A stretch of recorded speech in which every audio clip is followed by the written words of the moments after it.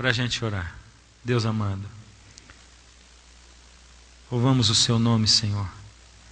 Somos nada diante do Senhor. Um grão de areia comparado com o mar ainda é muito, Senhor, para nos comparar à Sua grandeza. Mas nós estamos diante do Senhor aqui essa noite, congregados, reunidos. Enquanto o frio está lá fora, nós estamos aqui quentes pela Sua presença. Somos muitos corações, muitas vidas, Senhor. Somos muitos pensamentos, pessoas vindas de lares diferentes, criação diferente. Mas o Senhor consegue nos reunir debaixo dos Seus braços amorosos. Queremos ouvir a Sua voz, não a voz de um ser humano, Senhor. Fala com cada pessoa aqui, Senhor, da sua própria necessidade. Faz esse milagre hoje para nós. Recebe a nossa adoração e o nosso louvor. Obrigado porque podemos sentir a Sua presença nesse lugar. Em nome de Jesus. Amém. Alguma vez na sua vida você duvidou da existência de Deus? Alguma vez? Eu nasci num lar cristão. E a gente nascer num lar cristão não diz muita coisa. Porque a gente nasce acostumado a ouvir as mesmas coisas, a ir à igreja. Mas num certo momento da vida da gente é como se tudo aquilo fosse comum. Primeiro, vou contar para você uma coisa. Quem daqui, por exemplo, não é nascido num lar cristão? Quero ver. Ou não foi acostumado a ir à igreja e tal. Olha só. Quando a gente nasce num lar cristão, vou contar uma coisa para você. A primeira coisa é que a gente pensa que todo mundo do mundo é da sua igreja. Essa é a primeira coisa. E você pensa também que todo mundo do mundo acredita em Deus. Até uma idade da sua vida. E foi assim comigo. Achava que todo mundo era da minha igreja. Que todo mundo... Depois que eu descobri que nem todo mundo era da minha igreja, eu tive que descobrir também que nem todo mundo era cristão. Ou que nem todo mundo acreditava em Deus. Aliás, para dizer a verdade, eu fui descobrindo que muita gente não acreditava em Deus na escola. Quando eu cheguei assim no quarto ano, quinto ano, primário na época, né? Eu tinha um professor que não acreditava em Deus. E ele era meu professor de história. E ele foi falando sobre evolucionismo, né? Mas ele era ateu. Ele era um evolucionista ateu, não acreditava em Deus. E quando eu ouvi aquela história toda, e eu ouvi aquele homem falando que as coisas não surgiram como eu pensava, e que não tinha Adão e Eva, e nem o jardim do Éden, e não uma cobra, uma serpente ali dentro da história, não é? Do surgimento do mundo, eu fiquei abismado. Eu pensei, mas tem gente que não acredita nisso? E quando eu perguntei para o meu pai, eu ouvi o meu pai falar de algumas coisas assim. Eu não sei se era só na minha época, mas eu acho que não. Eu acho que muita gente faz isso com seus filhos hoje em dia também. E meu pai dizia assim, está vendo como é que pode acreditar nesse negócio de que o homem veio do macaco? Primeiro, meu pai estava desinformado, né? Porque eles não dizem que o homem veio do macaco, né? E depois assim, olha, isso é... A gente ria, tinha uma atitude assim, né, de dar risada. Só que conforme eu fui entrando em contato com essas teorias evolucionistas e tal, e conforme eu fui crescendo, aquilo foi abalando mais a minha fé. Porque eu vi que aquilo tudo fazia sentido. Tinha uma lógica em tudo aquilo. Eu não sei se eu estou contando para você só a minha história, ou se em algum momento da sua vida você teve a sua fé abalada, né? Por conhecimento, por entrar em contato com filosofias, com coisas diferentes, e principalmente com o evolucionismo. E aí a minha fé começou a ser abalada, e eu decidi começar a estudar o criacionismo. Eu descobri que tinha criacionismo, né? E comecei a estudar alguma coisa, mas eu também não tinha muito material disponível. O fato é que plantou no meu coração uma sementinha de dúvida. E essa sementinha eu não esperava. Ela começou a crescer e crescer e crescer. E olha que no meu tempo não tinha o tanto de programas evolucionistas que tem hoje, não é? Hoje você liga documentário, hoje você vai a um parque, hoje você... Qualquer coisa fala de evolução, fala de milhões de anos e tudo mais. Ou seja, existe toda uma teoria, uma lavagem cerebral, como se isso tudo fosse realmente a verdade. E é a verdade? Ou não é a verdade? A coisa é tão séria que religiosamente muitas organizações religiosas decidiram assumir Darwin e pedir desculpa para o Darwin e assumir e tentar fazer uma enjambração de colocar milhões de anos com Bíblia e com Deus. E eu não sei como é que se consegue fazer isso, porque quando a gente parte para isso, aí eu vejo que a coisa não dá certo mesmo. Mas o fato é que a minha fé ficou abalada. Recentemente, há não muito tempo atrás, começaram a aparecer alguns evangelistas do ateísmo. Você já ouviu falar nisso aí? Já tinha ouvido falar? É ateu que começou a pregar o ateísmo como se fosse um evangelho. Eles são pregadores do ateísmo. E sabe que eu entrei em contato pela primeira vez assim com as obras de um camarada chamado Richard Dawkins. E o Richard Dawkins, ele começou a chacoalhar, a mexer com a minha cabeça, não é? Porque para quem lê o livro do Richard Dawkins, ele é assim, ele é um evolucionista agressivo. Ele é tão agressivo que ele questiona a Bíblia, ele questiona Deus de um jeito tremendo. Eu vou dizer, isso já não faz muito tempo. E você pode dizer assim, mas você é pastor e você pensava assim? Ou você pensa assim? Sim, eu sou pastor.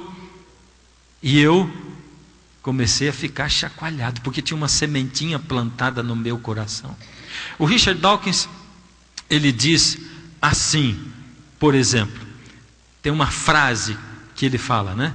Essa frase dele é tremenda, está no livro dele, diz assim: o Deus do Antigo Testamento é provavelmente o mais desagradável de toda a ficção. Seu ciúme e orgulho o levam a um mimado, imperdoável controle dos mais fracos, com evidente desejo de vingança racial. Ele é um machista, homofóbico, infanticida, genocida, pestilento, megalomaníaco, sadomasoquista, caprichoso e malevolento fanfarrão. Esse é o que o Richard Dawkins fala de Deus. Mas isso é pouca coisa. Se você entrar em contato com o livro dele e você se arriscar a ler o livro dele, eu digo para você, a sua fé vai chacoalhar. Tremendo. O Richard Dawkins, eu li uma entrevista com ele na revista Veja, e ele diz assim: nós não queremos tirar a fé de ninguém. O que nós queremos é o seguinte, é pegar as pessoas que estão em cima do muro, sabe, aqueles que não conseguem assumir Deus e aquela história do Éden e toda aquela história da carochinha que tem a Bíblia, mas eles também não conseguem assumir o evolucionismo, e eles ficam assim, eles não sabem, e de repente eu comecei a ver que eu, pastor, estava dentro do público-alvo dele, né? Eu queria que você assistisse uma entrevista que eu assisti com o Richard Dawkins na internet. Presta atenção. I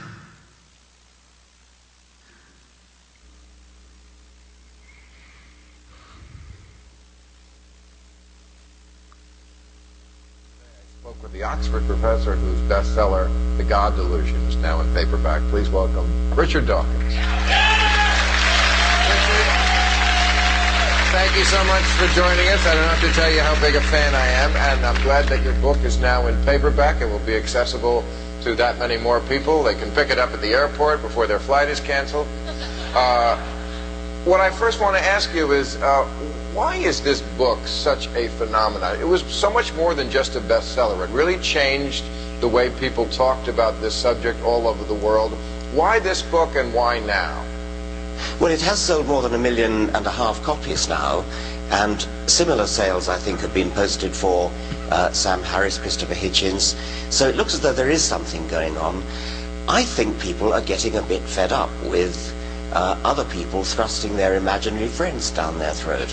I think especially in America, there has been a tendency for God to rule the roost in a way that I think people are rightly getting fed up with.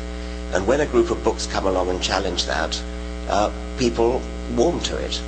I think people would be interested to find out that in the book you establish a scale of 1 to 7 of atheism. 1 being Yes. someone who is utterly certain there is a God, and 7 being someone who is utterly certain there is not. But you yourself say you're only a 6. Can you tell us why? I think any scientist would be unwise to commit himself to saying there definitely is not anything. I mean, I can't definitely commit myself to saying there are no fairies. I'm pretty sure there are no fairies, but I think it would be unscientific to do what the extreme religious people do and say, I know there is a God. I can't say, I know there is no God. I can't say, I know there are no pink unicorns. So a 6, maybe 6.9 is reasonable. Right. And one reason I think yourself and so many others are beginning to speak out against organized religion is because it's ridiculous. It's just ridiculous. There's a talking snake in the Garden of Eden, and people fly up to heaven bodily. It's just ridiculous. So my question is, how do you explain bright people, and there are many, come on, we have to admit this. I talked to your friend, the scientist Francis Collins, discovered the human genome. How does a man go to a lab all day and then at home go home and believe in the talking snake? How do you explain that phenomenon? Well, Francis Collins didn't discover the human genome. He was the head of the worldwide operation that discovered it. So he was an administrator. He's a very good scientist too, but don't say he was the one who discovered the human genome. It was a team effort, and he was the administrator who organized it. But he's a bright guy. Well, yeah, I guess he's a bright guy, but I mean... All right, take another example. Tony Blair, your former prime minister, just converted to Catholicism. He's not a bright guy. Yeah, he's not a bright guy. Francis Collins is a much brighter guy than Tony Blair, and I give him that. But when you meet a scientist who claims to be religious, if you say, do you really believe in the talking snake, most of them will say no.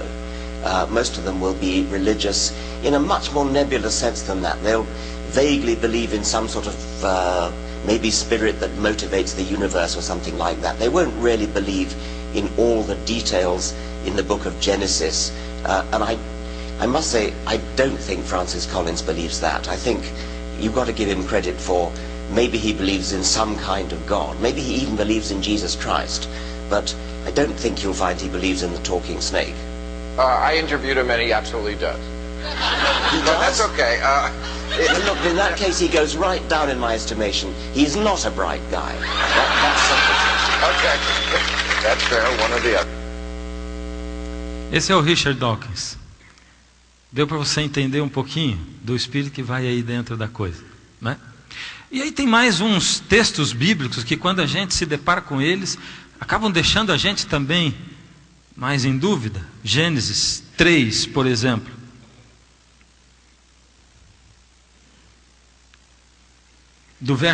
Os versos 23 e 24. Gênesis 3, 23 e 24. O Senhor Deus, por isso, lançou o homem fora do jardim do Éden, a fim de lavrar a terra de que fora tomado. E expulso o homem, colocou querubins ao oriente do jardim do Éden e o refugiu de uma espada que se revolvia para guardar o caminho da árvore da vida. Ou seja, um Deus que é amor, como esse Deus que é amor pode expulsar o homem do jardim do Éden? Como um Deus que é amor pode expulsar o ser humano do jardim do Éden? E eu ficava pensando, eu não sou a favor de pais que expulsam os filhos de casa, por exemplo, mesmo quando eles cometem absurdos, coisas terríveis. Agora, um Deus que é dito um Deus de amor e que expulsa o homem do jardim do Éden e coloca o refúgio de uma espada para evitar que o homem chegasse no jardim do Éden. E aí a fé da gente fica mais abalada assim ainda. Eu não sei se esse é o seu caso, como o meu caso, mas durante muito tempo essa coisa foi amargurando na minha vida. E durante muito tempo, eu confesso para você, algumas vezes eu levava o cachorro para passear, para fora de casa. E quando eu chegava, eu olhava o céu assim, e de repente eu estava pensando, eu me pegava pensando, meu Deus, e se não existe Deus? E se essas pessoas estão certas? E se Deus não existe? E se a Bíblia é realmente uma balela? E você pode olhar para mim e perguntar assim, mas você é pastor? De novo, eu não estou entendendo, você é pastor? E eu vou dizer para você que isso acontecia até 2 anos e meio atrás, não faz muito tempo. Passava na minha cabeça e de repente, quando eu me pegava pensando assim, eu de novo acordava e dizia assim, meu Deus, desculpa, mas eu não tinha aquela certeza, aquele fundamento na minha vida. Eu me dediquei a estudar criacionismo, tanto que eu gravei algumas séries de programas sobre criacionismo, e se você assistir a série Criacionismo de DVDs que eu preparei, tem muita evidência científica da existência de Deus, e tem muita coisa contra o evolucionismo também, que questiona o evolucionismo, mas quando você olha de verdade assim, quando você se lança para estudar o assunto, você vê que tem um monte de evidência científica a favor de um e um monte de evidência a favor do outro, e parece que as coisas ficam assim no prato da balança. Um dia eu me deparei na Bíblia com um camarada chamado Asaf. Eu percebi que Asaf, ele tinha mais ou menos o mesmo problema que eu tinha. Asaf apresentava a mesma característica minha. Asaf perguntou assim, isso está em Salmos 73:2. Quanto a mim, porém, quase me resvalaram os pés. Pouco faltou para que se desviassem os meus passos. Olha o que Asaf fala. E eu pensei, puxa, mas esse Asaf, ele é um salmista. Ele escreveu um salmo da Bíblia. E Asaf, tendo escrito um salmo da Bíblia, ele escreveu isso aí, os meus pés quase se resvalaram. Quase me resvalaram. Pouco faltou para que se desviassem os meus passos. E eu pensei, achei aqui. E por que Asaf pensou isso? Porque Asaf ficou olhando para a injustiça do mundo. Aliás, essa é uma grande acusação que a maioria das pessoas faz. Aliás, essa é uma acusação para Deus que provavelmente você já deve ter feito. Se Deus existe, então por que tem tanta injustiça? E se tem um lugar no universo que se parece com o inferno, é essa terra onde a gente vive. É ou não é? Um mundo onde crianças são abusadas sexualmente, algumas vezes pelos próprios pais, por pessoas, parentes em casa. Um mundo onde você não sabe amanhã o que vai acontecer, onde você acorda e de repente você ouve uma notícia, alguém liga para você e diz assim, você não sabe quem está com câncer. Um mundo onde você vê imagens de gente morrendo de fome de um lado e do outro lado gente morrendo de comer. Um mundo cheio de desnível social, onde poucos têm muito e muitos têm pouco. E você pensa, passa na sua cabeça, cadê Deus? Se Deus existe, por que Deus não faz alguma coisa? Por que Deus não mexe? Por que Deus não age? Se Deus existe, por que Ele não faz alguma coisa? Ou será que isso nunca passou pela sua cabeça também? E aquilo tudo minava a minha fé de pastor. E eu ficava pensando, meu Deus, quem sabe eu estou ensinando meus filhos, a minha família inteira, num caminho, numa coisa que não existe. Eu não sei, eu estou falando para você e estou pensando, poxa, eu estou dentro da igreja, a gente acabou de cantar, acabou de louvar o nome de Deus, e de repente me passa pela cabeça que talvez você esteja olhando para mim e pensando, esse pastor está falando essas coisas assim, mas nunca isso passou pela minha cabeça. Imagina, eu nunca pensei isso. Alguma dessas coisas já passou pela sua cabeça? Levanta a mão para mim, para eu saber se você se identifica comigo. Então a gente está falando a mesma linguagem. A mesma linguagem. E eu descobri uma coisa, de uma maneira triste. Eu descobri que é impossível provar cientificamente que Deus existe. Você sabia disso? Quando eu me dediquei a estudar criacionismo, eu pensei, eu vou conseguir achar evidências, e eu vou conseguir algum estudioso de criacionismo, que vai dizer assim, é possível provar cientificamente que Deus existe. Mas eu descobri o contrário. Eu descobri que é impossível provar cientificamente que Deus existe. Para eu acreditar que Deus existe, eu preciso de quê? De quê mesmo? De fé. Eu vou perguntar as coisas de vez em quando para você. Assim. É tudo pergunta difícil, como essa que eu estou fazendo. Já está escrito e você só tem que ler. Né? Ou então eu falo sim ou não. Aí você dá a sua opinião. Mas é bom quando a gente participa junto. Né? Para acreditar em Deus, para acreditar que Deus existe, eu preciso de fé. Mas eu queria fazer uma pergunta para você. E aquilo ocupou a minha mente também. Será que é possível provar cientificamente que Deus não existe? Eu vou ter que virar isso aqui, porque eu estou precisando desse retorno, não estou conseguindo. É possível provar cientificamente que Deus não existe? É? Sim ou não? Não? Puxa, você é sabido, viu? Sabe de tudo. A revista Super Interessante é uma revista que tem como base evolucionismo. Eles são evolucionistas. Eles se dizem uma revista científica. A revista do mês de junho de 2010 trouxe lá uma matéria assim sobre coisas que não se pode provar cientificamente. Como disse o Richard Dawkins, eles dizem lá que não dá para provar cientificamente que unicórnios existem ou que não existem. E entre essas coisas eles fazem uma afirmação também. Eles dizem assim: mas é impossível provar cientificamente que Deus não existe. Eles assumem, porque essa é a verdade.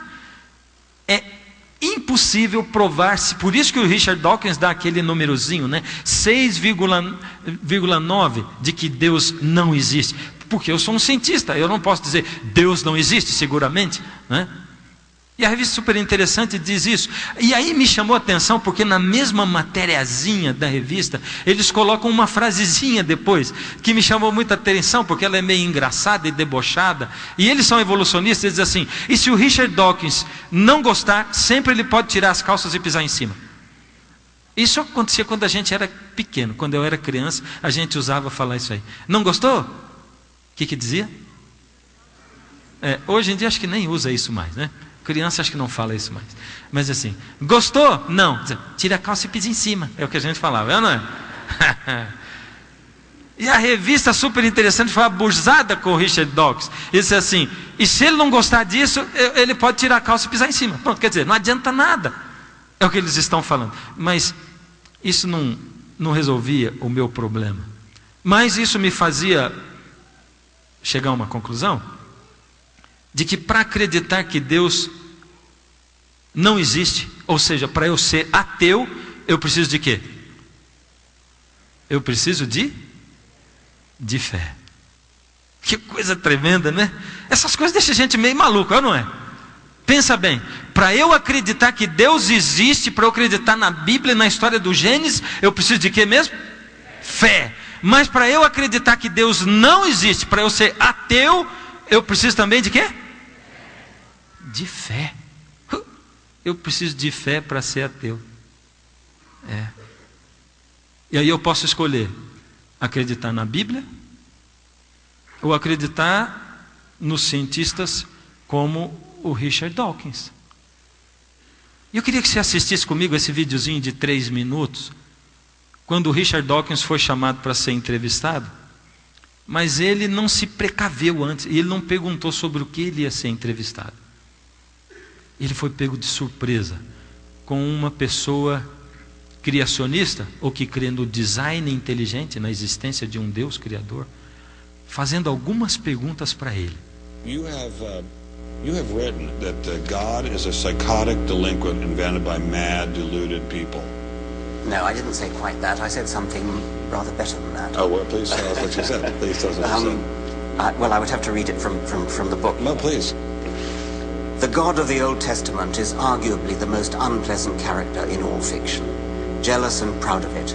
A petty, unjust, unforgiving control freak. A vindictive, bloodthirsty ethnic cleanser.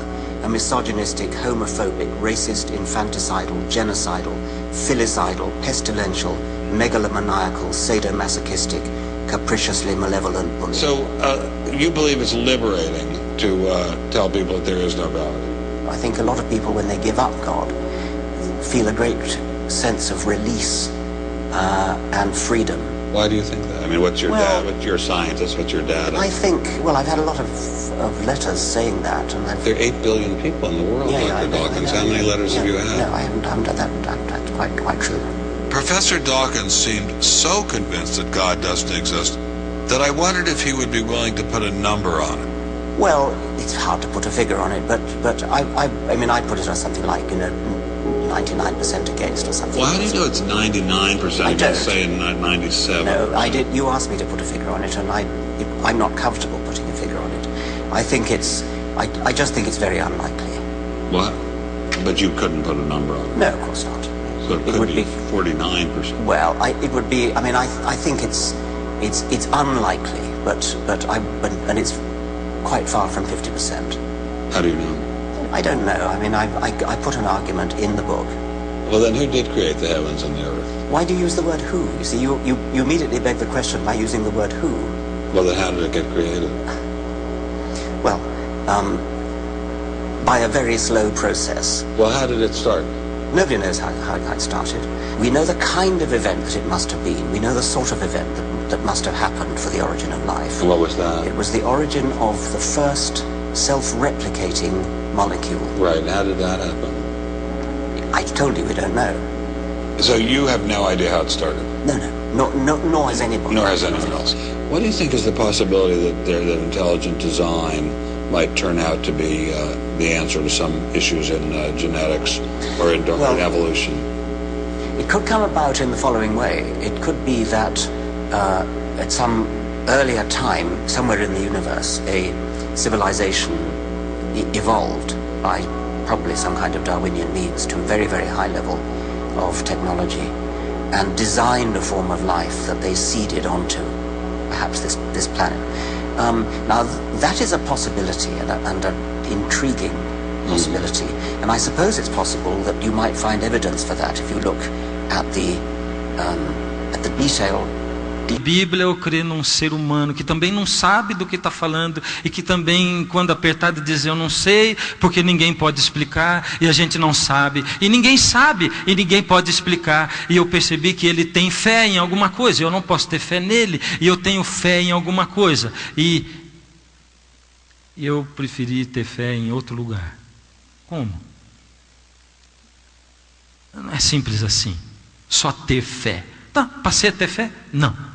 Alguma coisa aconteceu, mas eu queria fazer uma pergunta para você, antes de mostrar para você, de falar o que aconteceu comigo. Primeiro, será que pela fé eu posso provar que Deus não existe? Posso provar pela fé que Deus não existe? Bom, se precisa de fé para acreditar que Deus não existe, pela fé eu posso provar que Ele não existe? Sim ou não? Não? Sim? Pela fé, eu posso provar que Deus não existe? Eu vou fazer uma outra pergunta para você. Isso é questão de opinião sua. Não posso dizer se está certo ou errado. Mas é possível pela fé provar que Deus existe? Para acreditar em Deus eu preciso ter fé. E pela fé eu posso provar que Deus existe? Sim ou não? Eu vou dizer para você, eu ouvi um sim mais ou menos, porque eu acho que você tem dúvida também. Sim, e pela fé é possível provar que Deus existe, mas também não é possível provar que Deus existe. Pode ser sim e não? Pode no sentido seguinte: é possível sim eu provar pela minha fé que Deus existe, só que eu só consigo provar para mim, não para você. Por isso não tem outro jeito. O caminho da fé é um caminho que você tem que percorrer. Você tem que andar. Você é que tem que se lançar nele para saber e para descobrir por você mesmo. Você que tem que fazer uma prova de fé para saber se você encontra Deus ou não. E eu encontrei em Asaf e na história de Asaf o caminho para saber ou para encontrar a minha fé e para tirar todas as minhas dúvidas de lado. E eu digo para você que de 2 anos e meio para cá as minhas dúvidas todas acabaram, todas, nunca mais passou dúvida na minha cabeça. Asaf diz o seguinte, Salmo 73, verso 17: até que entrei no santuário de Deus.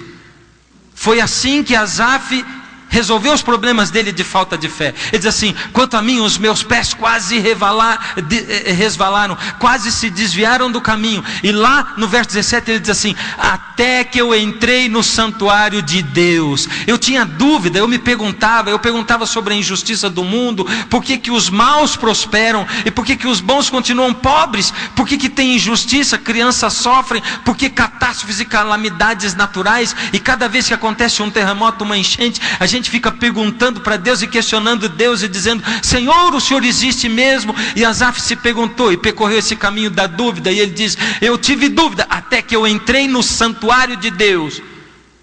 E aí a gente poderia dizer: ótimo, nós estamos dentro de um santuário, de uma igreja. A igreja é um santuário.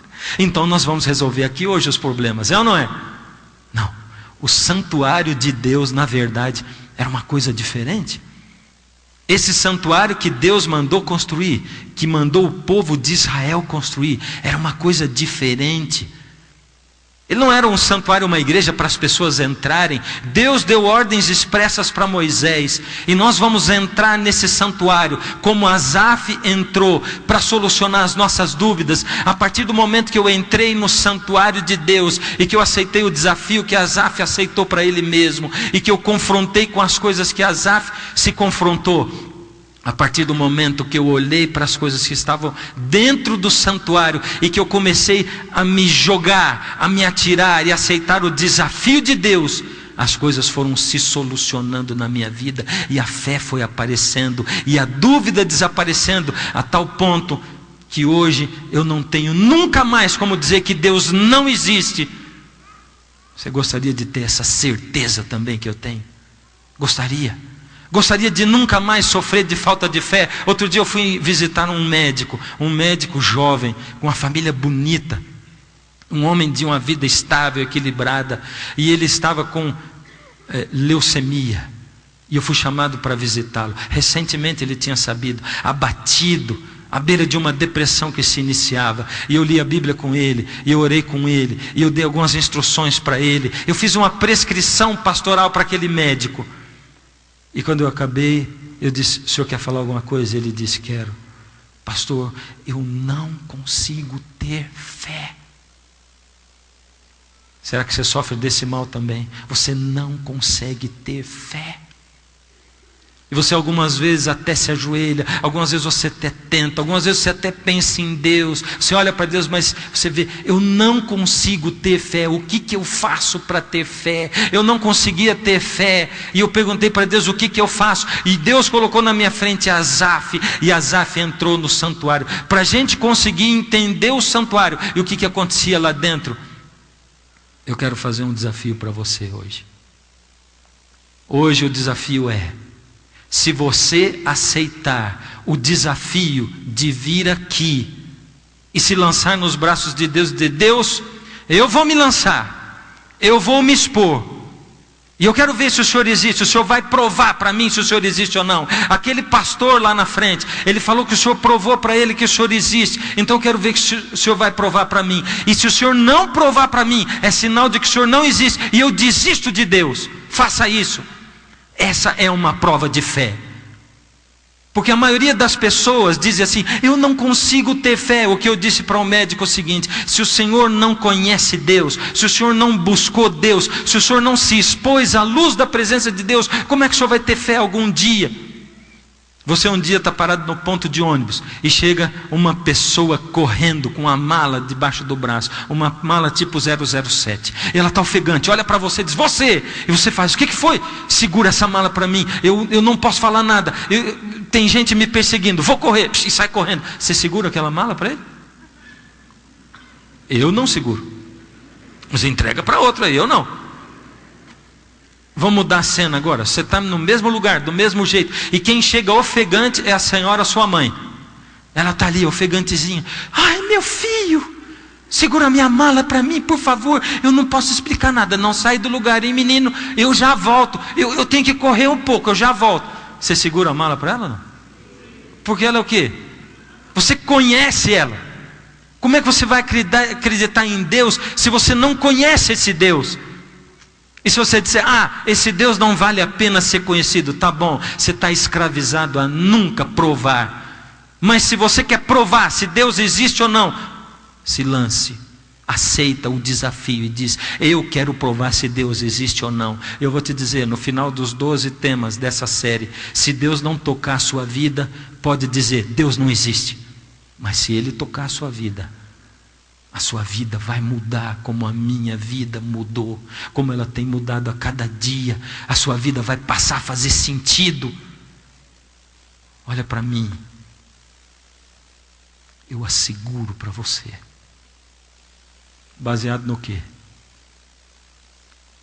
Quero que você abra comigo a Bíblia. João, Evangelho de João. A gente deixou uma Bíblia aí para cada um, para você acompanhar. Eu gosto de mexer com a sua mente, porque religião não tem só a ver com a fé e com acreditar de uma maneira barata. Eu quero que você pense, que você raciocine. Eu quero que você use a sua inteligência, a sabedoria que Deus te deu para você raciocinar junto comigo. João, capítulo 1, do verso 1 ao 4. Para a gente entender o santuário de Deus, para a gente entender o lugar onde Asaf entrou, a gente tem que voltar no princípio. E o lugar onde a gente vai achar o princípio é no Evangelho de João, porque está escrito aqui em João, no capítulo 1, no verso 1, está escrito assim: no princípio era o verbo, e o verbo estava com Deus, e o verbo era Deus. Eu não sei ainda quem é esse tal de verbo. A Bíblia coloca em letra maiúscula, é um substantivo. É um substantivo? Não. É um sujeito. É um sujeito. Letra maiúscula. Quem é esse tal de verbo? Eu não sei ainda, mas está dizendo algumas coisas dele. Está dizendo que ele existia no princípio, e ele estava com Deus, e ele era Deus. Ué, mas que coisa estranha esse negócio de estava com Deus e era Deus. Poderia dizer assim, o Fernando sou eu, e eu estava com o Fernando. Faz sentido isso? Eu sou o Fernando e eu estava com o Fernando? Não faz sentido, isso é conversa de doido. Mas assim, o Iglesias, porque eu sou Fernando Iglesias. Eu sou Iglesias, mas eu estava com Iglesias há 1 mês atrás. Eu tenho 3 filhos, Iglesinha. Eu podia estar com 3 Iglesias. Faz sentido ou não faz? Espera aí. O verbo era Deus e ele estava com Deus. Diz assim, verso 2: ele estava no princípio com Deus. Todas as coisas foram feitas por intermédio dele, e sem ele nada do que foi feito se fez. Opa, esse verbo fez todas as coisas, e sem esse verbo nada do que foi feito nesse mundo se fez. Uau. Ele estava com Deus e ele era? Vamos continuar. A luz resplandece nas trevas, e as trevas não prevaleceram contra ela. Agora vamos dar uma puladinha aqui, verso 10. O verbo estava no mundo, o mundo foi feito por intermédio dele, mas o mundo não o conheceu. Opa, está esclarecendo mais. O verbo estava no mundo, o mundo foi feito por ele, mas o mundo não o conheceu. Veio para o que era seu, e os seus não o receberam. Verso 14, revela mais ainda, diz assim: e o verbo se fez carne, e habitou entre nós, e vimos a sua glória, a glória como a do unigênito do Pai. A glória como a do unigênito do Pai. Ué, quem é esse unigênito do Pai? Como é que você sabe disso? É fácil, a Bíblia explica a Bíblia. João 3,16, você virou 1 ou 2 pagininhas aí. Esse é o verso mais conhecido da Bíblia, todo mundo conhece esse verso. E diz assim: porque Deus amou ao mundo, tanto, de tal maneira, que deu o seu Filho unigênito. Opa, unigênito aí. Quem foi o Filho unigênito que Deus deu? Jesus. Então o verbo se fez carne. Espera aí, se Deus deu o Filho unigênito para que todo que nele crê não morra, mas tenha vida eterna, aquele verbo lá que é o unigênito, o verbo que se fez carne e viveu entre nós, quem é esse verbo? É Jesus. A Bíblia respondeu a Bíblia. E espera aí, se o verbo é Jesus, então agora nós podemos, todo lugar onde aparece verbo, lá em João 1, colocar no lugar de verbo, colocar o quê? Jesus. Vamos ler isso aí? Com Jesus no lugar? Olha só, eu já escrevi aqui para facilitar para você. Aí está escrito assim: no princípio era Jesus. Jesus estava com Deus, e Jesus era? Está revelando aí que Jesus é o quê? Fala comigo, porque eu gosto de ouvir isso aqui. Jesus é Deus. Fala de novo comigo. Jesus é Deus. Jesus é Deus. É o que diz a palavra de Deus em João capítulo 1. Ele estava no princípio com Deus. Aí diz mais: todas as coisas foram feitas por intermédio de Jesus, e sem Jesus nada do que foi feito se fez. Quem foi que fez todas as coisas desse mundo então? Jesus.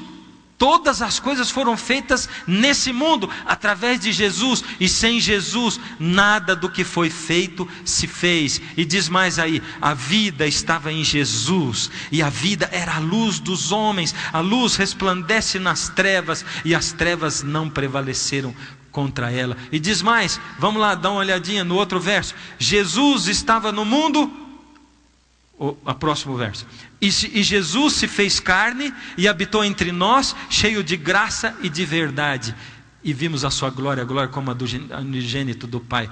Qualquer Bíblia que você pegar, essa Bíblia é igualzinha à Bíblia católica. A Bíblia evangélica é igualzinha à Bíblia católica.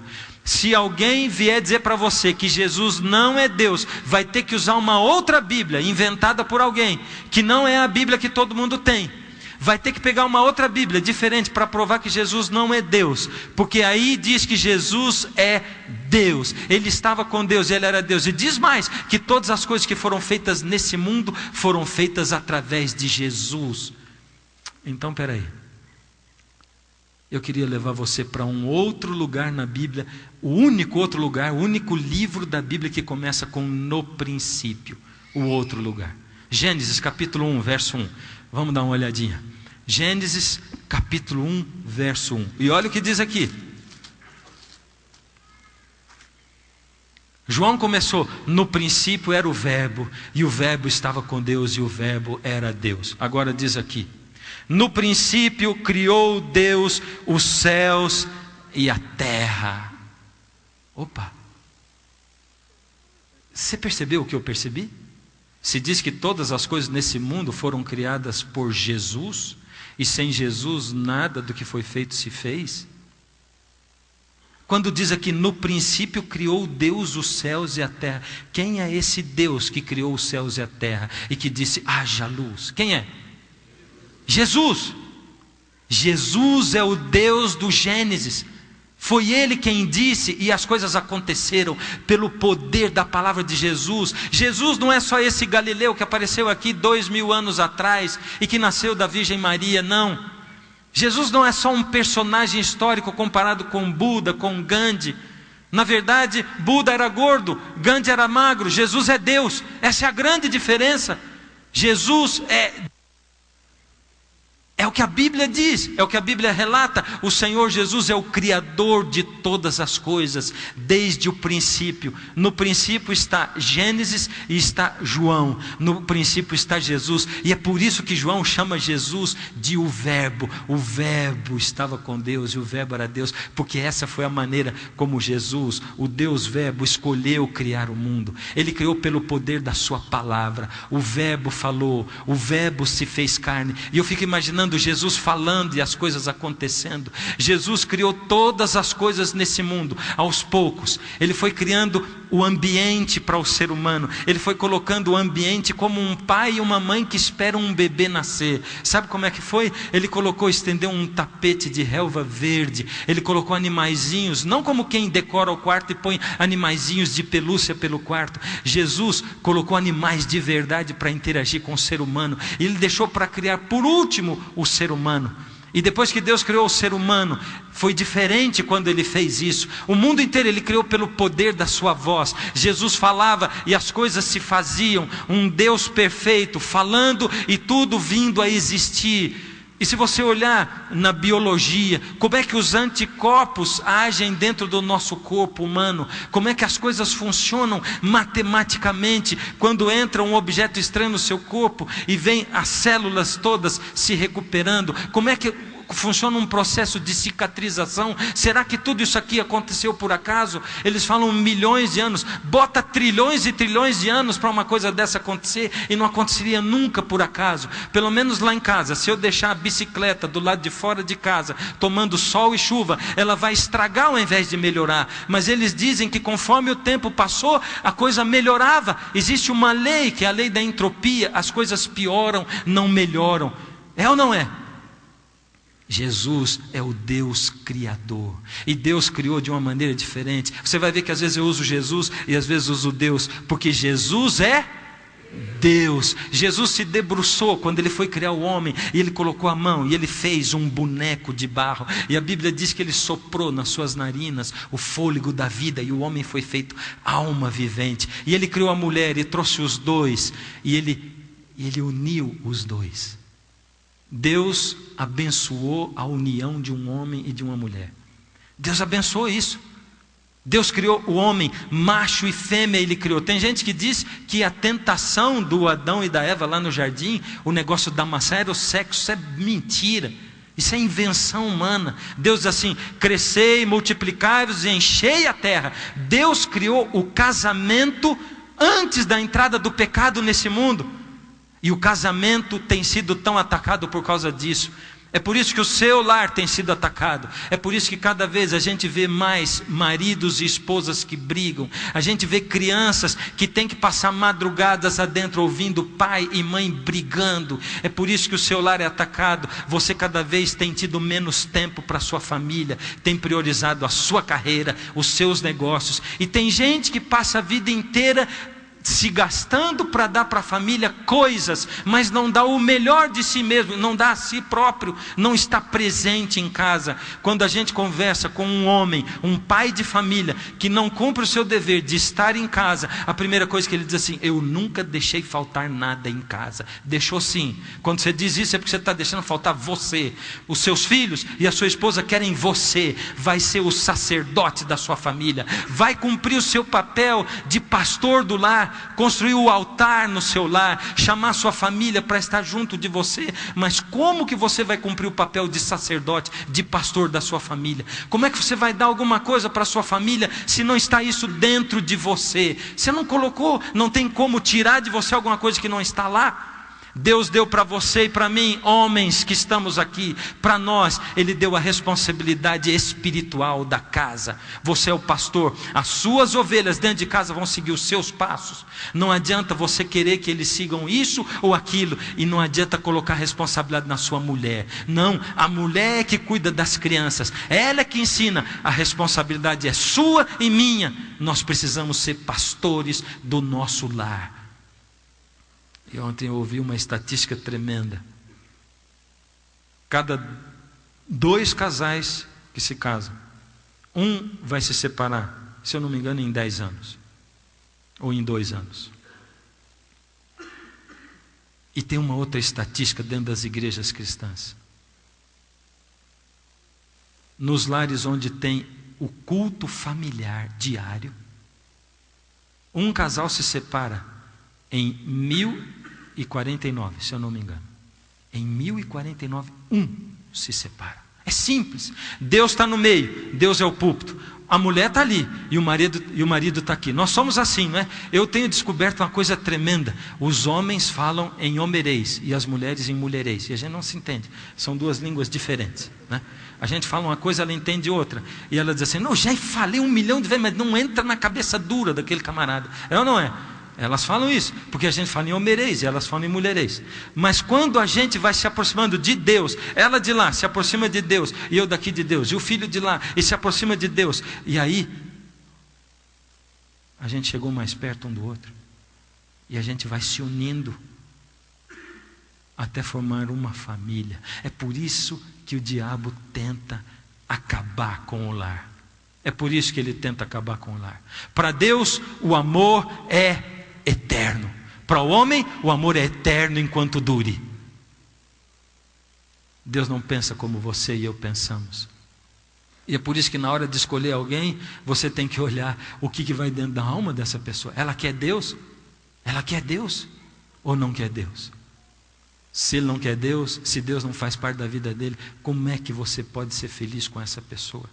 Mas Deus criou uma outra coisa também. Deus, Ele criou em 6 dias e no 7º dia Ele descansou. E você, meu irmão evangélico, católico, espírita, vai dizer assim, está vendo? Vim cair numa igreja adventista, logo no primeiro dia já vai falando negócio de sábado. É ou não é? E tem mais, hoje você recebeu um monte de advertência que diz assim, você vai lá nessa igreja que lá é seita, eles querem se salvar para guardar a lei. Como é que você vai numa seita daquela? Aquilo ali não é igreja evangélica não, toma cuidado. E eu queria dizer um negócio para você, tudo que eu vou falar aqui está dentro da Bíblia. Olha só a Bíblia, olha só a Bíblia. Se você não tem Bíblia, nós vamos dar uma Bíblia para você, não tem problema. Mas a minha intenção não é provar para você por A mais B isso ou aquilo.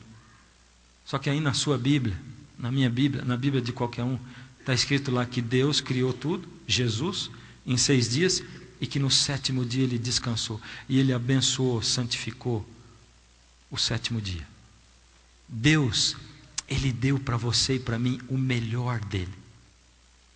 Eu tenho certeza que o Bill Gates, que a essa altura já não é o mais rico do mundo, mas já foi, ele deve ter quantos anos agora, mais ou menos?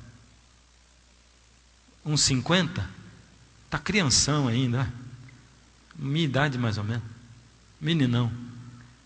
Se Deus chegasse para o Bill Gates e dissesse assim para ele hoje, eu te dou mais 25 anos de vida, somado ao tempo que você vai viver. Vamos supor que você vai viver 70, eu te dou mais 25, se você me der a metade da sua fortuna.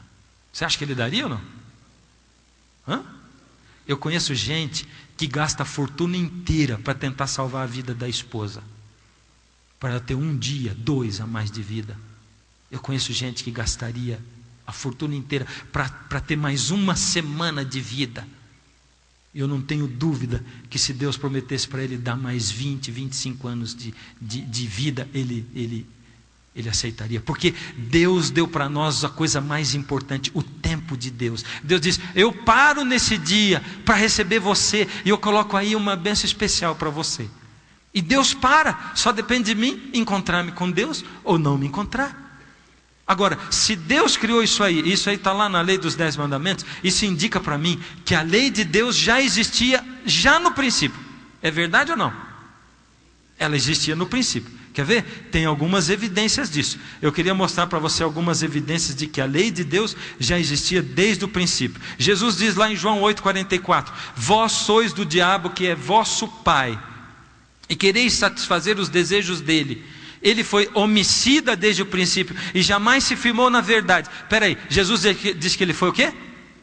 Homicida. Quem comete homicídio fez o quê? Matou. Tá bom, vamos lá. Homicida desde o princípio, né?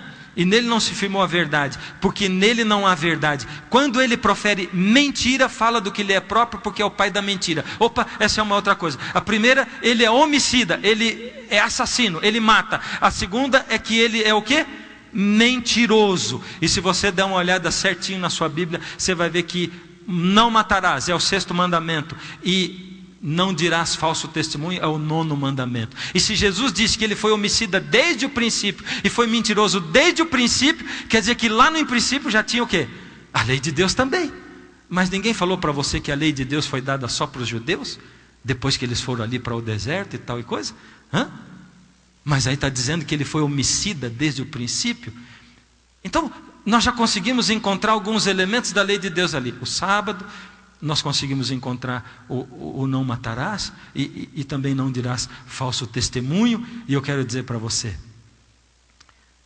o Senhor Deus, Ele colocou a lei dele no coração do ser humano, quando Ele criou o ser humano, porque a lei, ela é a expressão do caráter de Deus. Essa é a grande coisa. Veja só, vou explicar para você um mistério. A lei de Deus, o sábado, 3 coisas que já existiam antes, desde o princípio: a lei, o sábado e o que mais? A família. A lei, o sábado e a família. Esses 3 juntos são a maior expressão de liberdade que Deus pode dar para um ser humano. Você acredita nisso? Ninguém acredita nada. Eu não esforço danado para falar aqui, ninguém acreditando em nada. Que coisa terrível. Você já foi a uma prisão? Eu já fui muitas vezes a prisões. Eu já visitei muitas cadeias, já fiz cultos lá dentro, já fiz batismos dentro de prisões. E quando você entra numa prisão, quando você sai dela, você tem a certeza de que você nunca quer estar lá. E você respira do lado de fora diferente, você diz assim: graças a Deus, eu sou livre. Você é livre? Mas quando você pega o carro para sair, você tem que parar toda vez que o sinal fica vermelho. É ou não é? Tem ou não? Você também tem que andar na velocidade certa, porque senão vão te multar. É verdade ou não é? Você também não pode matar ninguém. Mas como é que você é livre se você não pode matar ninguém? Aliás, você não pode nem bater em ninguém. Se você estiver passando na rua e você olhar um policial abordando uns jovens, e você achar que a atitude do policial está errada, e você ficar morrendo de vontade de dar uns tapas no policial, dizer, que vontade de dar um tapa na cara dele, eu vou lá dar um tapa. Você pode?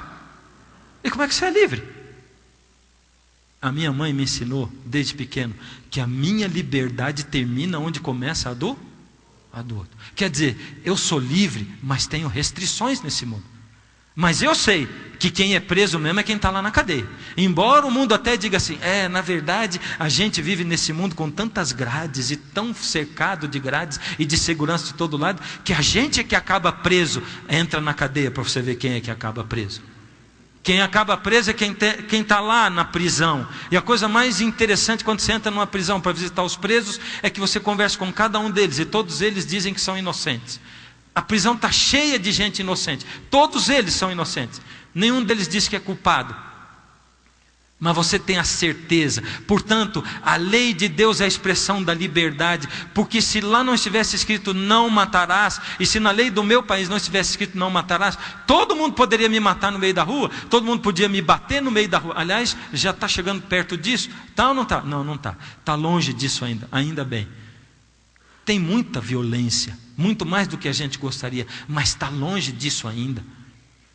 Ou seja, eu sou livre quando eu tenho regras. E saiba de uma coisa, toda vez que você pensar assim, eu quero ser livre, eu vou fazer o que eu quiser, vai fazer o que você quiser.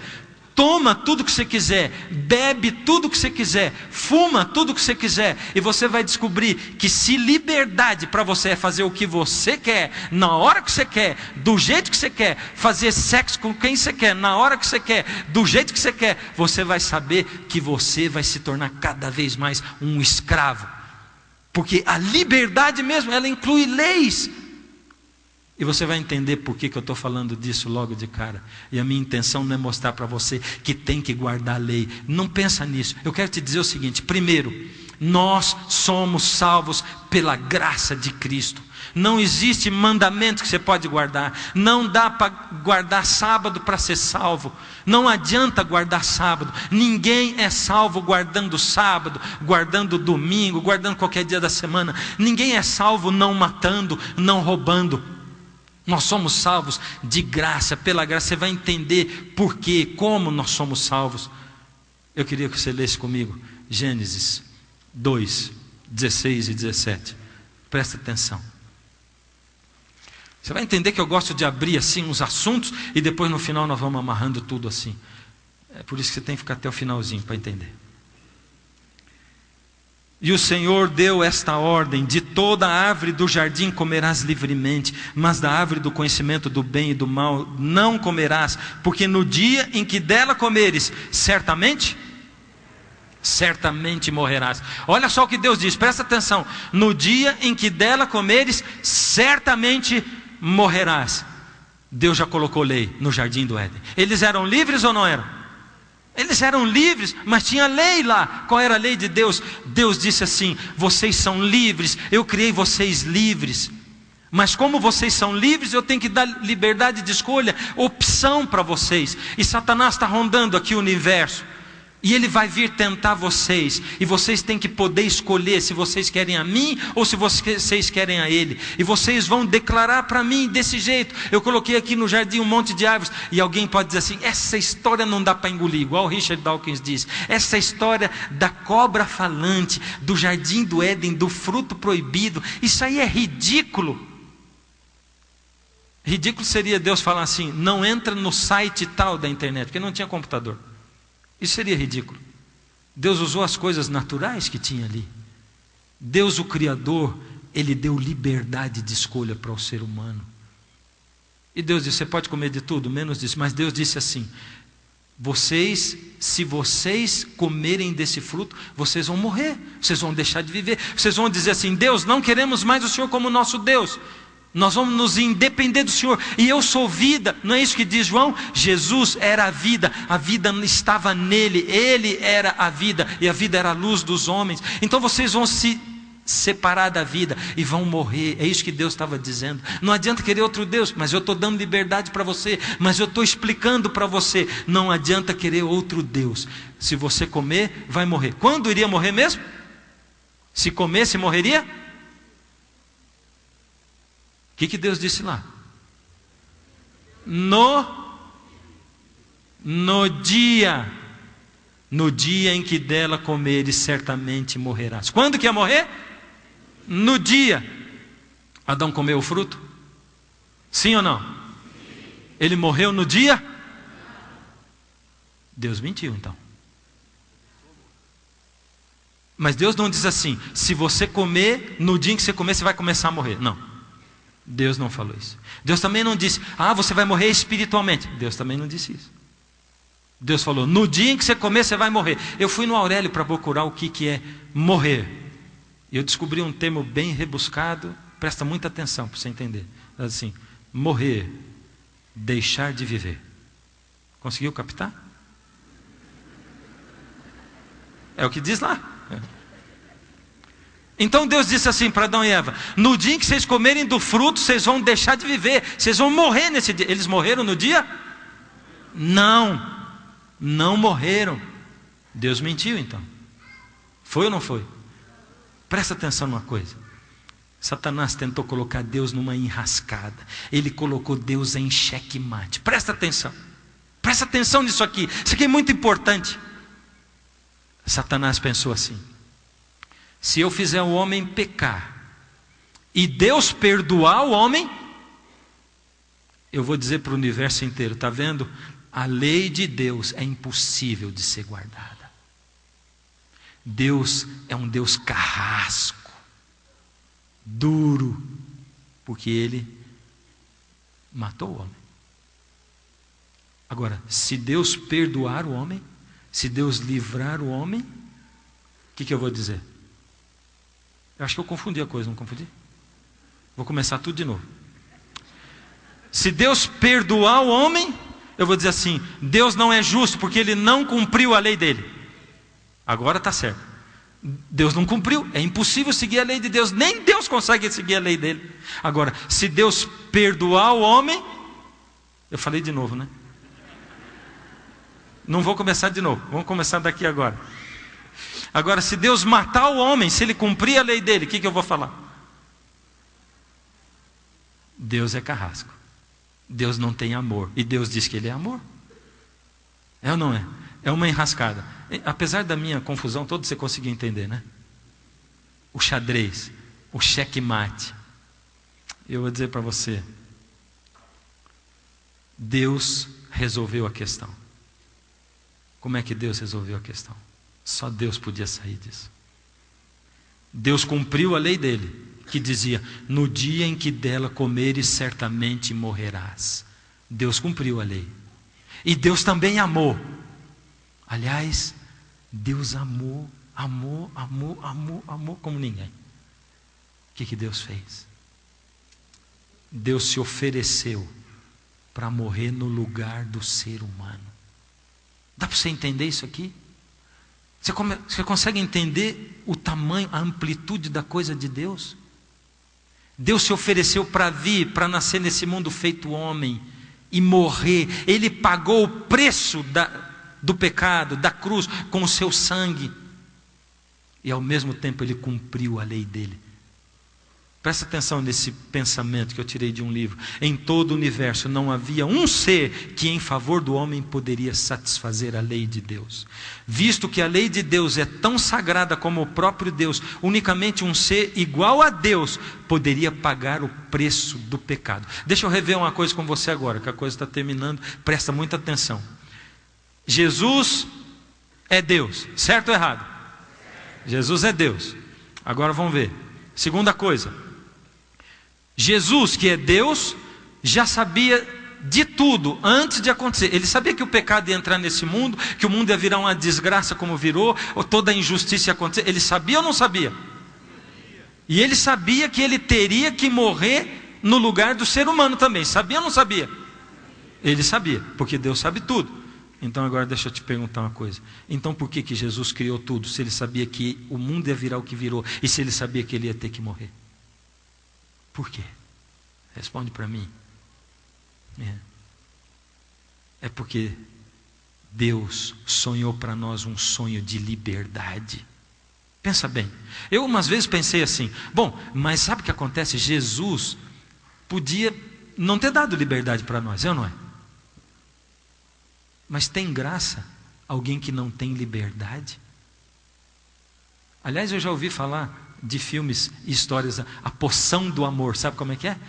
A pessoa não está apaixonada por você, dá a poção do amor, e ela vira ali um escravo. Ela não escolheu você.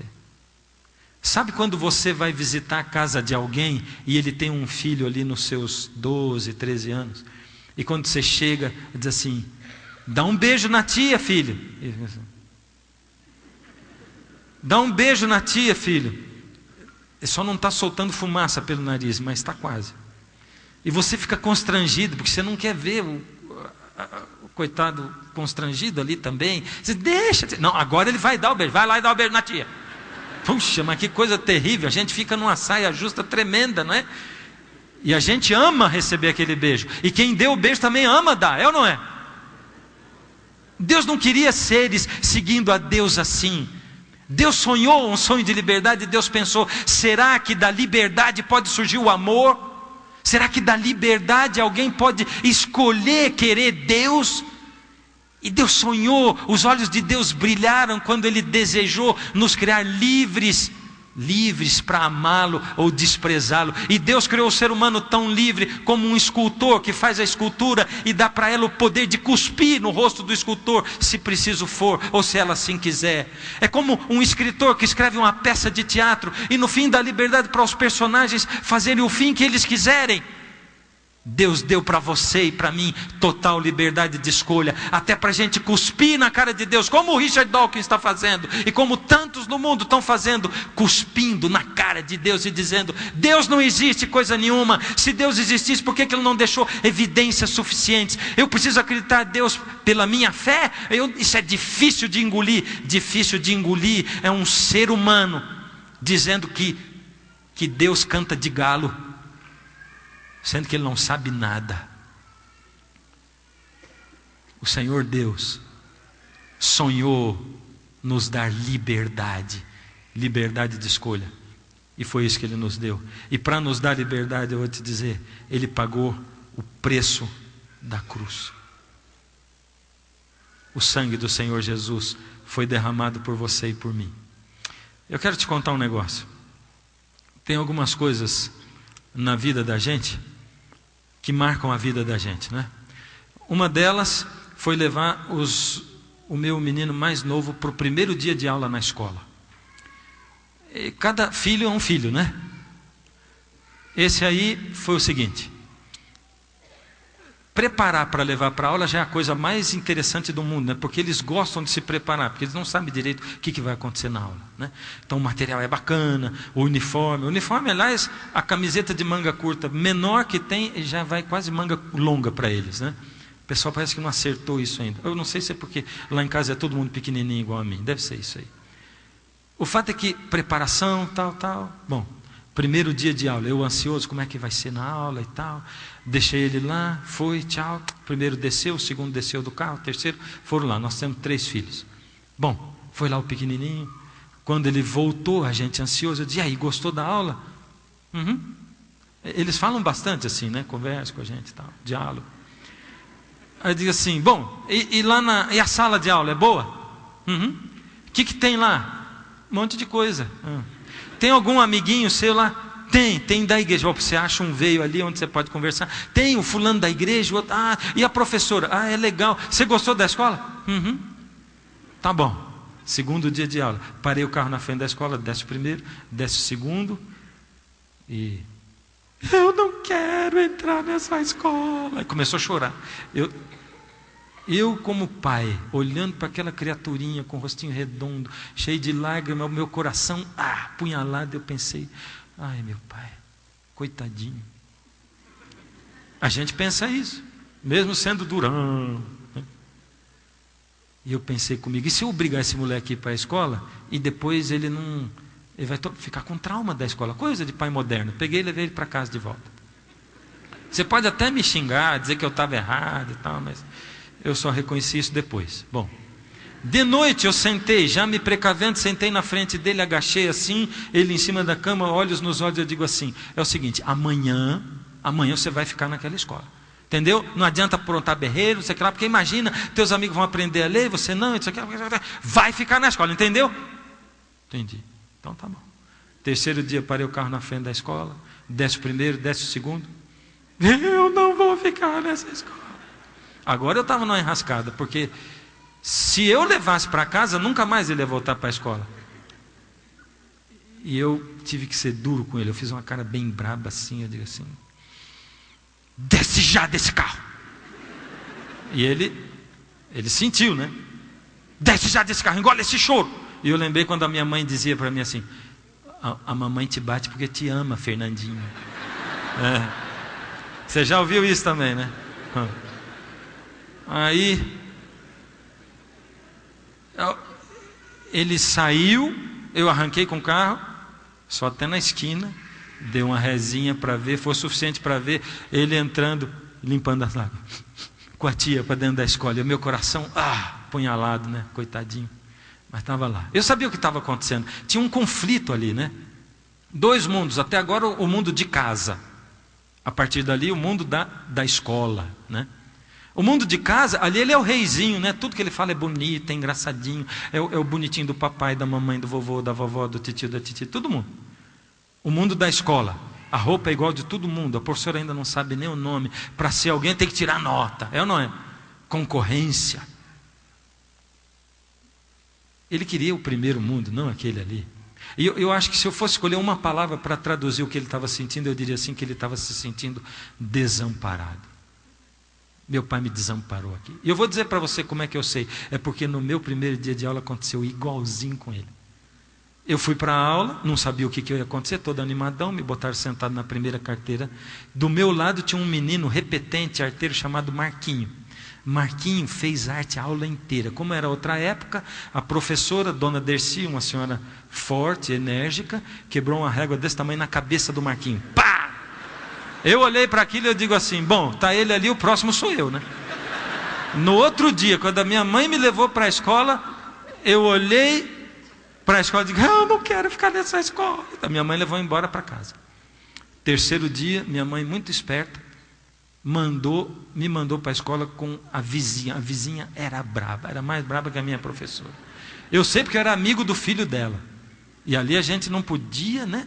Tinha que andar certinho ali e tal. Cheguei na frente da escola, olhei para o portão, olhei para a cara da vizinha e eu digo, hoje eu vou ter aula. Fui para a aula. Eu não me lembro de muita coisa naquele dia, mas eu me lembro que eu tinha uma preocupação na minha cabeça. A minha preocupação era assim, será que quando eu sair daqui minha mãe vai estar do lado de fora me esperando? Antes do sinal dar, eu já estava com a coisa toda preparada em cima da minha escrivaninha lá, mesinha, carteira. Quando o sinal deu, eu catei minhas coisas, saí, passei pelo portão da escola e eu olho lá, uma olhada panorâmica, lá estava ela, minha mãe, coisa linda, corri para ela. O que ela disse para mim foram as palavras mais simples do mundo, mas soaram como poesia. Ela diz assim, filha, sua aula acabou, vamos para casa. Casa, que coisa deliciosa. Eu entendi por que Deus expulsou o homem do jardim do Éden. Sabe, Deus teve que mandar a gente para a escola da vida. Para a escola da vida. Um dia Deus preparou o quartinho do bebê para que o bebê nascesse. Colocou um tapete de relva, animais. Ele preparou tudo. E Deus colocou o ser humano na terra.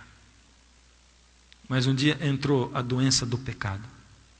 O ser humano foi apartado de Deus, apartado da vida. E Deus teve que se oferecer para morrer no lugar do ser humano. Como é que o Adão ia entender que um dia Deus ia morrer no lugar dele, se Adão nunca tinha visto uma folha caindo, uma flor murchando? Como é que ele ia entender aquilo? Deus chamou Adão e disse: Adão, pega ali aquele cordeirinho do seu lado. E Adão pegou o cordeirinho, tão simplesinho, o animalzinho mais manso que existe. Deus diz: Adão, pega aquele pedaço de pau pontiagudo, enfia no pescoço do cordeiro. E Adão, com a mão trêmula, sentindo um negócio que ele nunca tinha sentido, ele enfiou o pedaço de pau no pescoço do cordeiro, e ele viu jorrar sangue que ele nunca tinha visto jorrar. E o animalzinho expirando e perdendo a vida. E Adão, sujo de sangue, suor e lágrimas, olhou para Deus e disse: Deus, eu matei, Senhor Jesus, o meu amigo cordeirinho. E Deus disse: não, Adão, você matou a mim. Eu sou o Cordeiro de Deus que tira o pecado do mundo. Eu vou vir um dia nesse mundo e vou morrer no seu lugar para salvar a sua vida. É isso, Adão. E aí Adão foi tirado do jardim e ele veio para a escola da vida, aonde a gente está até hoje, é ou não é? Até hoje nós estamos na escola da vida, e aqui a gente aprende lições difíceis, não é?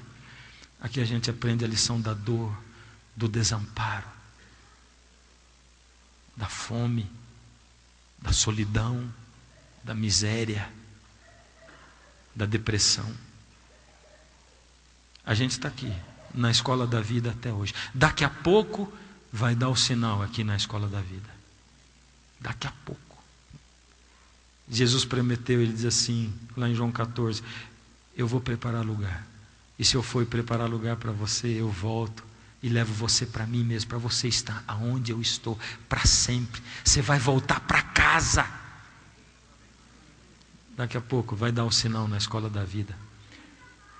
E você pode esperar o pai de duas maneiras: ou com as suas coisas já arrumadinhas em cima da mesa, ou tudo espalhado.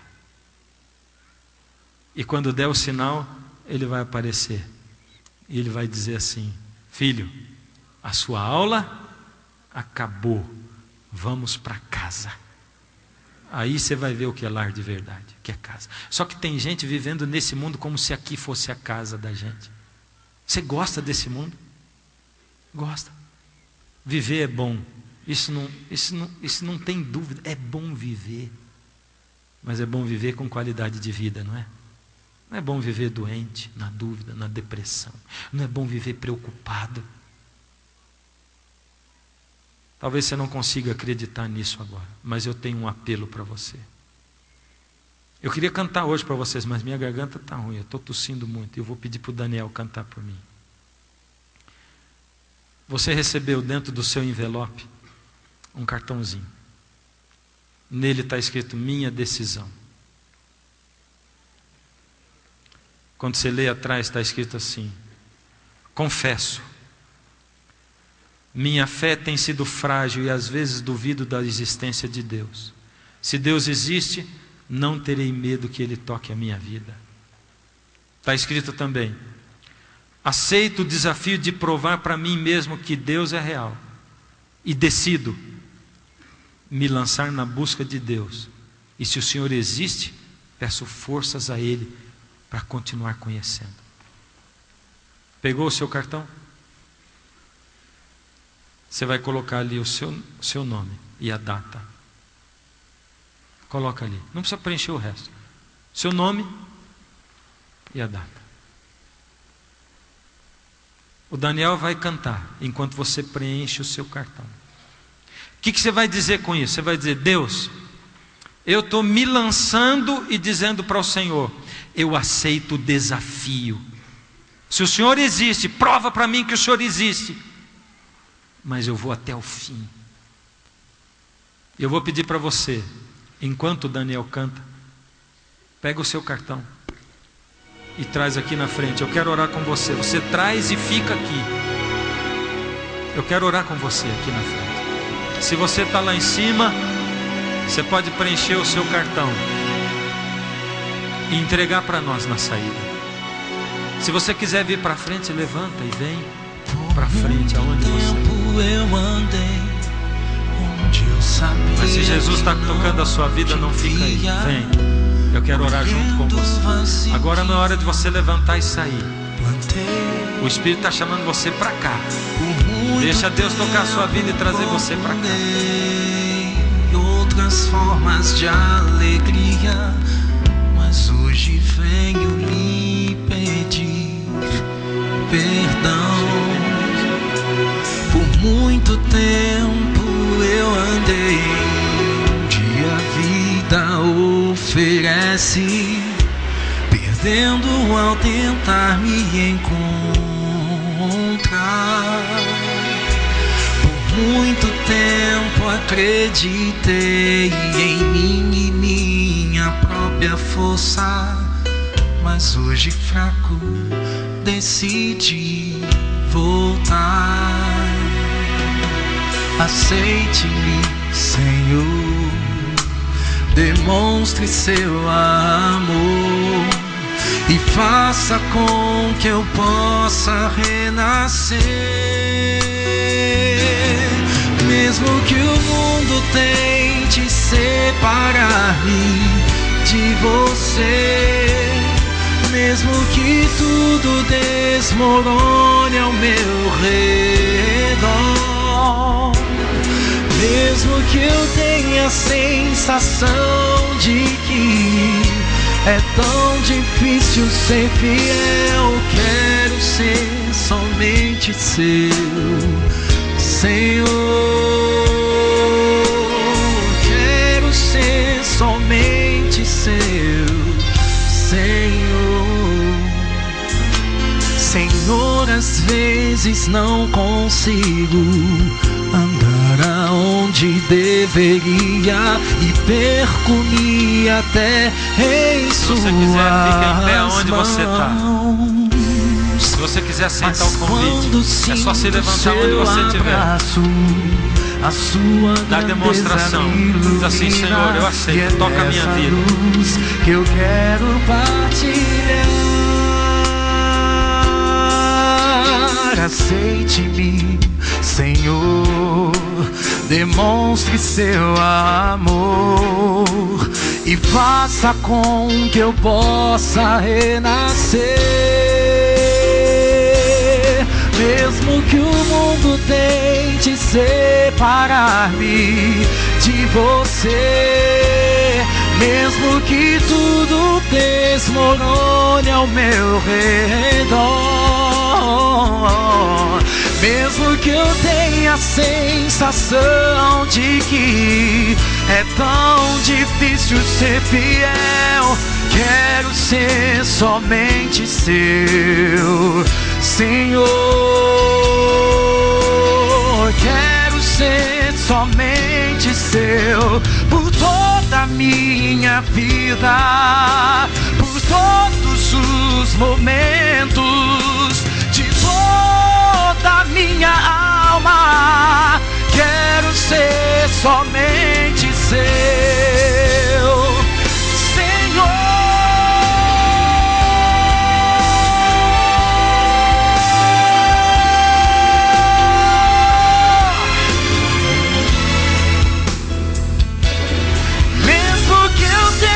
Sensação de que é tão difícil ser fiel, quero ser somente seu, Senhor. Quero ser somente seu, Senhor.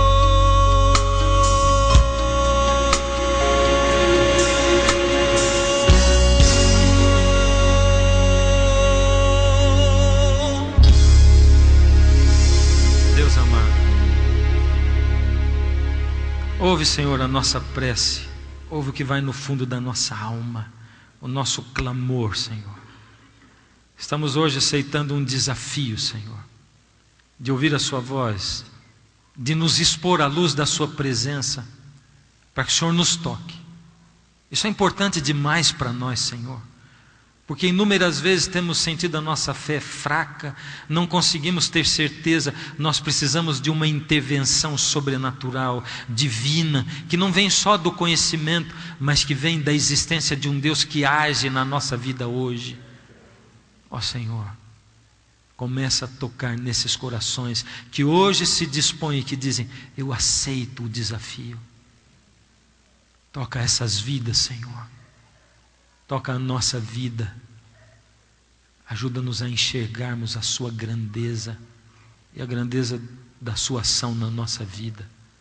Em nome de Jesus. Amém, Senhor.